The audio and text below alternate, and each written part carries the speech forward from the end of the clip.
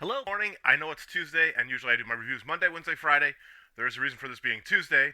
I'm going to actually post a link, not a link, a handle for my Twitter in the video today, so that if you end up deciding to want to follow me or whatever, you can get updates here and there. Especially when I decide not to put up a video for whatever reason. Part of the reason why is actually this. The video is coming out today. I did attempt to make a fix. It held until I found out there was other parts besides just a stretch mark, and basically, this broke actually in three parts. I fixed one of the parts, did a quick fix on another piece on this that didn't hold. So I've actually had to I removed the part right here, and I'll be doing a fix on it later. The video is still going to come out today. Um,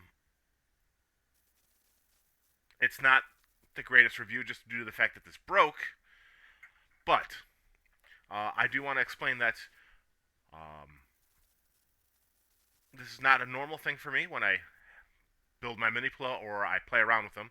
These kind of breaks are very abnormal. The most normal thing is something like this, where all the stickers are just peeling off, and I end up having to paint the set instead of just leaving it stock. I am going to be okay. So we might not do a review for this guy because he is going to be a test subject. I picked up a beginner's airbrush set. I've done spray painting, all that kind of stuff in the past, but I picked up a beginner's airbrush set that I'm going to be playing around with here and there over the next few days to see if I can't paint him up nice, and see how it comes out. Because, yeah, I want to kind of take my models a little bit further for some of them, especially guys like this who the stickers, one, don't stay, and two, aren't the best stickers to begin with. This guy's from the Go Sager Minipla line. Anyways, enough of that. So yeah, so this is not a normal issue that I ever really come across with Minipla. I have a couple of them that have cracked here and there. Um, One of them is due to what's called gold plastic syndrome. Gold plastic syndrome is a thing from the late 90s and early 2000s, especially with the Transformers is where I know it from, the Generation 2 toy line. A lot of the gold paint would have these weird kind of swirls in it. And what was happening is the paint had been mixed properly or something along those lines. I'd have to look up exactly what it is still. But basically, overall, what happened is that the thinner that was used in the paint to, make it so it works and is not like a block of blip, right? Um, was mixed improperly, and it actually caused the product, the plastic itself that the paint was mixed into, to color the plastic to dry out and become very brittle. I have one toy in the Minipla collection, which is from the next series we'll be reviewing, what I call Kick-Ass Kitties, um, that we'll be looking at, but I probably won't be transforming or using it all. I'll probably just post pictures up of its combined form with the other mechs, and that is because all the gold on it is GPS'd. I've done a couple quick fixes on it here and there. I treat it very gently. He is my baby now, and he just stands there and looks pretty. He doesn't get to do anything. He doesn't get to combine. He doesn't get to anything like that. He just gets to stand there and look very pretty now. But yeah, you have to be very gentle with those toys. Any undue stress can actually cause the parts to crack due to how brittle they are. And that one is a lion with some ibex horns.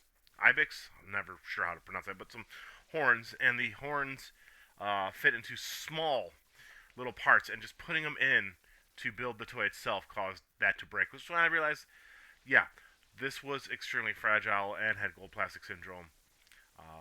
Building it was a challenge, and I got it put together. But to say I was being extremely gentle the whole time, um, yeah, it was like rigging up. I don't talk about this very often. My grandfather and I used to build boat models together, and he taught me. I don't know if I could do it still. My hands are a bit bigger, and I've mentioned this before, but There's something weird with this nerve along this hand here, with my elbow. I'm not sure what I did or when, but my finger here sometimes kind of like it's not a blood flow issue. I've checked into that, but my finger is sometimes not right. It tingles sometimes, and is numb at times. Like right now, it's fine, no issues. But sometimes, depending on how I sit, or maybe I might stretch, it might be a shoulder issue because I've actually fucked up my shoulder at some point, um, running into shit. But yeah. So what happens sometimes is if I just do something just wrong and or a little too quick with this hand, um, or even sometimes when I'm sitting here gaming, depending on how I'm relaxing as I play, uh, this just I just can't feel or use my finger very well. I can't, and it kind of affects with doing not fine motor skills because I still have this, but it it makes things feel weird, and I don't trust myself to do really fine knots anymore. But basically, my grandfather taught me how to tie knots with very small tweezers for rigging on these boats. Um, and I kind of had to call those skills into play to be able to put some of these parts together, uh, just gently enough and just with enough force that it was a challenge and I enjoyed it. To be very honest, I really enjoyed putting that piece together because of that. But he'll never get to grace the shoulders of Gekio or Fire Monkey Man. One of them's a monkey, one of them's a tiger, basically, for the combinations. Anyways, I am really prattling on, guys. I'm very sorry. I'm actually in a very good mood. I had a lot of fun reviewing this guy, even if he didn't come out proper. Due to the break, like I said, not the end of the world when stuff like this does happen, right? I have some other toys that I've collected over time who have broken stuff like really expensive toys. I have a $260 Megatron toy whose barrel for when it turns into a Walter P-38. There was some modifications done for when it was sold in the states, and I didn't know about it in time. I didn't think to look, so I put it together via instructions, and it actually caused the barrel to break off. I've tried a couple different ways to fix it. I have an idea of how I can fix it, but I don't have the proper tools or enough practice, so I've been kind of doing it here and there. But basically, that is something that's hard to fix. A screw basically kind of stripped, and the screw is very small, and I don't have a very good way to replace the screw without kind of fucking with the whole toy. So, it kind of just sits there and looks pretty now. The barrel just sits on it, doesn't move. I don't turn it into a gun anymore, which would have been cool because it looks very cool in Megatron's pistol mode, which is a mode that you don't see too often anymore out of Megatron. He's usually a tank or a plane, for obvious reasons, gun safety, all that kind of stuff, right? But something like this that you can get to very easily, extremely fixable. Don't freak out if something like this happens to you. What you can do is on mine. I'll talk about it a little bit during the video too. But on mine, this side here that I'm pointing at, let's use my exacto so it points better. This side here broke off, right? There's actually another part that I glued right here. It broke here too as well, a little further down, so about here. I glued that on, and I didn't realize that this part had already cracked as well before I put the piece on. Otherwise, it would have held, I'm sure. This side here had a stress fracture and a stress mark. So on the inside it was fractured, on the outside it was marked. So before I glued this, I put some glue along the fracture to try and hold it kind of like a band-aid, right? And figured if the main brake is glued tight enough, then that fracture doesn't really matter where it was. If it was on the outside, it'd be one thing, because then the piece would have, right? So it broke here, right? If you glue this, even though it might be fractured on the inside, pressing on the inside pushes the outside more than it would the inside, right? And so if it had been broken on the outside, it could have pushed it and broken the outside through, because it would have opened up. Understand what I'm saying? Instead, the brake is here on the inside, right? And so when it pushes on it, it actually kind of pushes the brake together and kind of holds it. If it was on the outside, what would happen is it would push it open. So I wasn't worried about that. Well, I didn't catch the other fracture or break that was above the first one. And so what'll happen is that finished breaking actually while I was doing the review, and in the review you'll see me show you the break as I found it. Um, but yeah, so what ended up happening is it weakened it up, so it broke here, and then it caused that fracture to open up even further. So what I've done is I actually removed the piece. I cut it off, right? So it had a nice clean break where, because the fracture is actually pretty clean too, and the original break that caused the fracture to break open is pretty clean. So I just cut through the rest of the stress mark with my nice sharp X-Acto. I've cleaned it up a little bit. What I'll do now later on today at some point is I'll glue it down and let it set basically overnight. And as long as you're gentle with it, it'll hold. And since I'm not 5 anymore, and I usually only play with I usually turn them into jewels, and I'll display them as jewels, or I'll pose them up, and that's about it. I don't put a lot of time into just playing with them like you would if you were a young kid. So as a collector, this sucks, right? Because some people do build these things just for collection purposes and looking pretty and all that kind of stuff. And as a collector, that'll prey on their mind. As a person who builds them for fun and enjoyment and collecting, it sucks. But it's not something that causes me overly concern. I can fix it. I'm not worried about fixing it because I also know that the type of play that I use with them still um, is not going to cause it to really have any issue. I can still use it the way I want to. The only major issue I have with it is the part. There's a part that slides, and that's giving me some issues. It's sticking a little much, and it's such a small piece that it uses to slide, right? So it's got a peg that fits into a groove, and it slides back and forth with the peg. And that peg is really small, and the groove is kind of tight on this portion, which is probably actually what helped to lead to this break. Is me extending the arm out so I could pose it up, right? And so that's easy to fix as well by just not putting it on when it's a jewel, because you got to collapse it down as a jewel so it fits better. Just set it to the side. It's not going to be perfect. It's not going to be whatever, but it's not going to hurt the toy. And I think people forget that don't just collect toys just to collect them and have them displayed. That they're toys. It sucks. You might have to replace it at some point if you really want that perfect toy, but it's a toy. It's meant to have fun with. And if something like this gets rid of that fun for you, I understand. I'm not degrading you in any way. But for me it doesn't. I still enjoy looking at it. I still enjoy posing it. I just have to be a little more gentle. So yeah, that's my PSA about broken toy parts. They're fixable. Don't let them freak you out if you're getting into collecting Minipla. Watching me, I don't recommend freaking out over it. I do recommend if that is something that does worry you, do your best to collect them when they are at a decent price as they come out. The current Minipla line, I think, you can still pre-order from Toe Collector. I'll try to put a link to it in my description. But yeah, don't freak out too much. They're toys.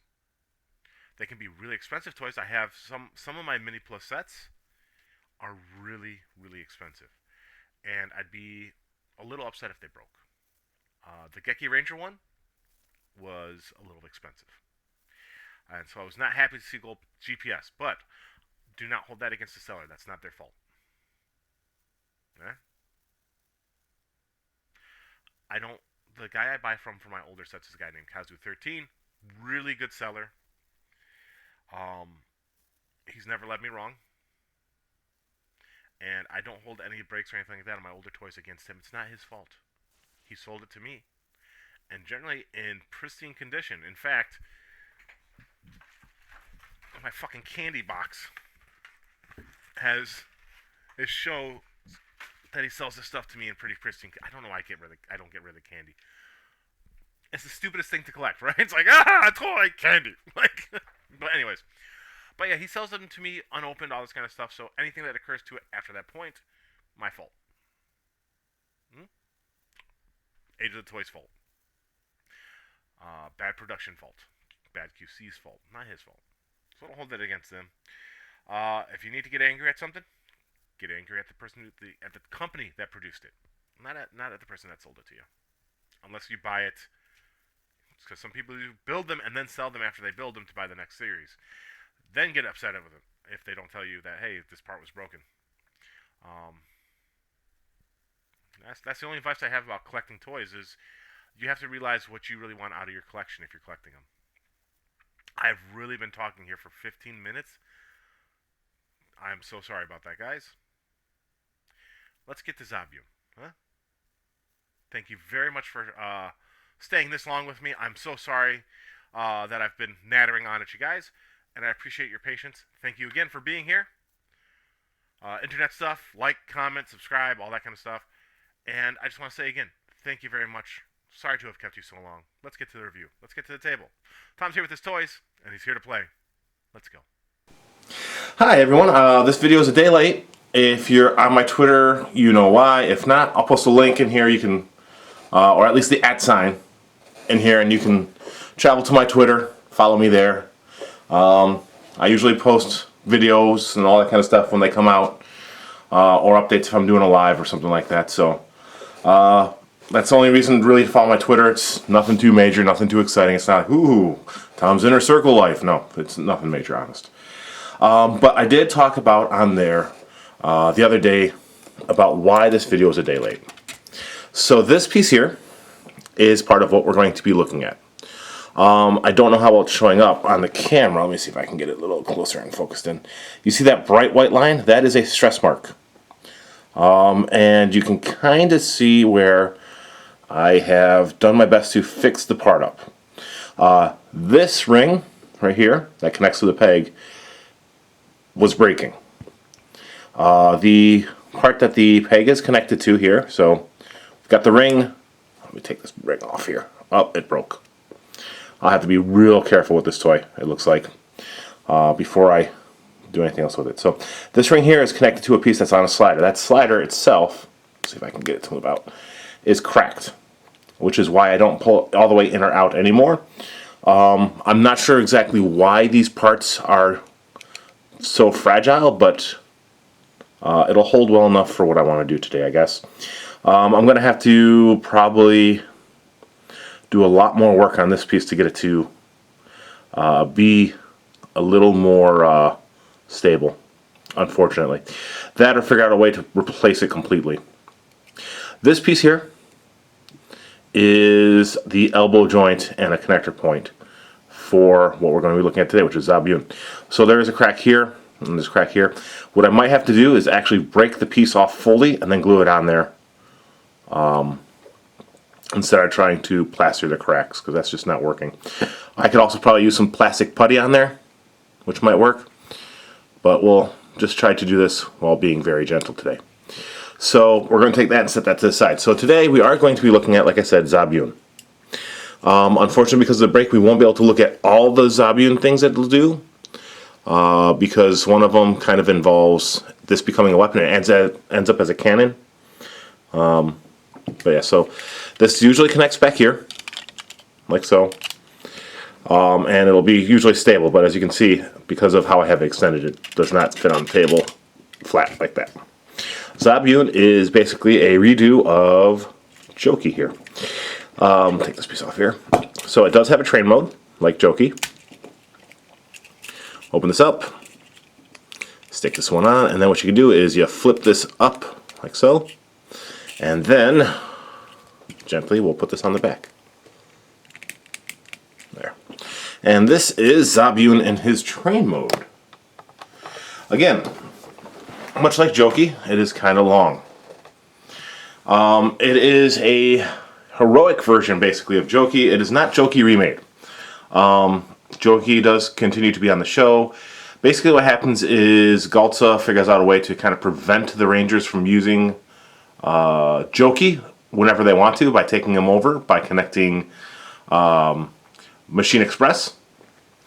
So they end up making Machine Zabyun here. He has a couple of different modes besides just a train. As I said, he can act as a cannon. Well, take this piece off, take this piece off, and he'll hold this piece as well, and he'll use these as handheld weapons. There is a peg here, extend it, and then you just, oh, you can't even see what I'm doing here. There we go. And you just plug it in to here, and he holds it. You can use this as a bazooka. To do that, you just, there we go, pull this peg out, like so, on a long handle. Or, he can also use it as a spear by attaching Zabyun back to the front. And you pull out this peg instead, and now he's got a Zabyun spear. It does connect to Machine. I'm going to take this off. Machine Express, like it would if it was Jokey, by connecting to the back end. And then you have a very, I'm trying to be very gentle here with this part.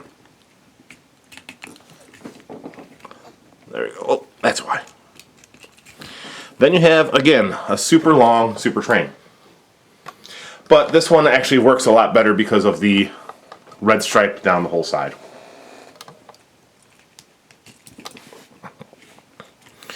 I'll take him apart as a train here real quick. So, because he is so similar to Jokey, I'm sorry this is really fast, guys. I am trying to put as little stress on this as possible. Because he is like Jokey, he does become a robot, much the same way. Got legs. Take apart Machine Express. I do want to talk about the fact that Machine Express and Zabyun were definitely made to match up better. Got our waist. If the other part was working properly, extends it out like so, and then it gives you the elbow, and it actually gives you a little bit of range of motion this way too.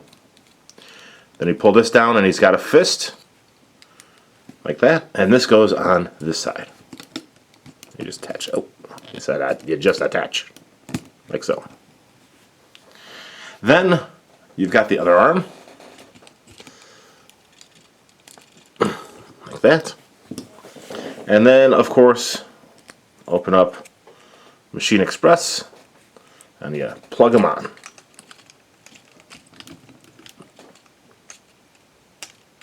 Come on, you match up. There. Now, much like before, Machine Express has a tiny little head, but there is a part. Oh, let's see if I can. Oh, that part is broken. Damn. There you go. Definitely going to have to do a bit of fixing on this guy here.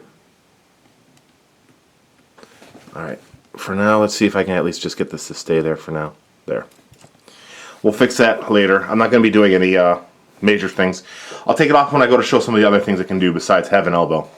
But there is this mask that's included on the back of the train. And if you wanted to, you could just pop it on. And that is Machine Express's face, kind of. There you go. So we have that, but much like before, if you take off the little head, this is Machine Express Zabyun, by the way. It's what his full name is. There you go. There's a better version on a ball joint. And you just plug it on. Alright, you can lift this. I'll take this off here so I don't have to worry about it. Lift that and lift that. And now he suddenly has hip skirts. And that also frees up because it plugs in here and it kind of wraps around this, frees up his knees. There is, as you can see, there's that kind of like a track here that this fits into.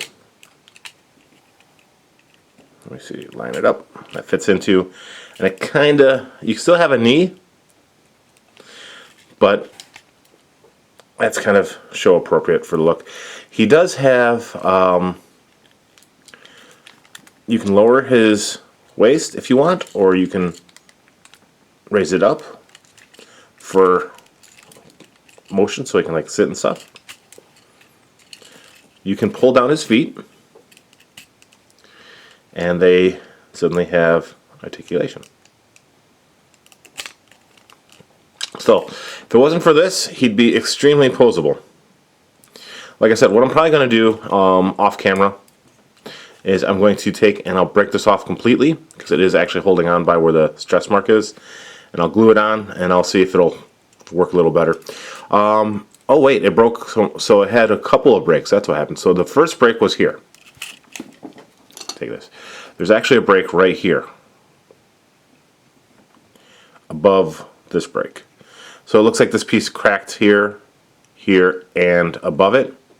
So I have to take this off. I'm going to look for any additional cracks in here and fix it. There is a crack in the piece here that this attaches to. So I don't know if I just ended up with a couple of bunk parts kind of deal, or if that is an issue with Zabyun from Minipla. I think there's probably some bunk parts, or maybe I dropped it or something like that I don't recall, but that is just a word of warning. It is the only issue I've come across with any of these Minipla sometimes are these joints here, just sometimes do not hold up very well. But yeah, so Zabyun, King Express Zabyun is a little bit taller than Joki and a little bit taller than Gigant Driller, but he is about the same height as Kiramager.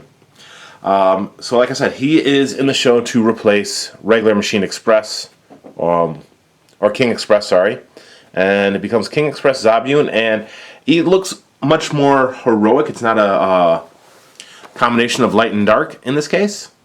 So there you go.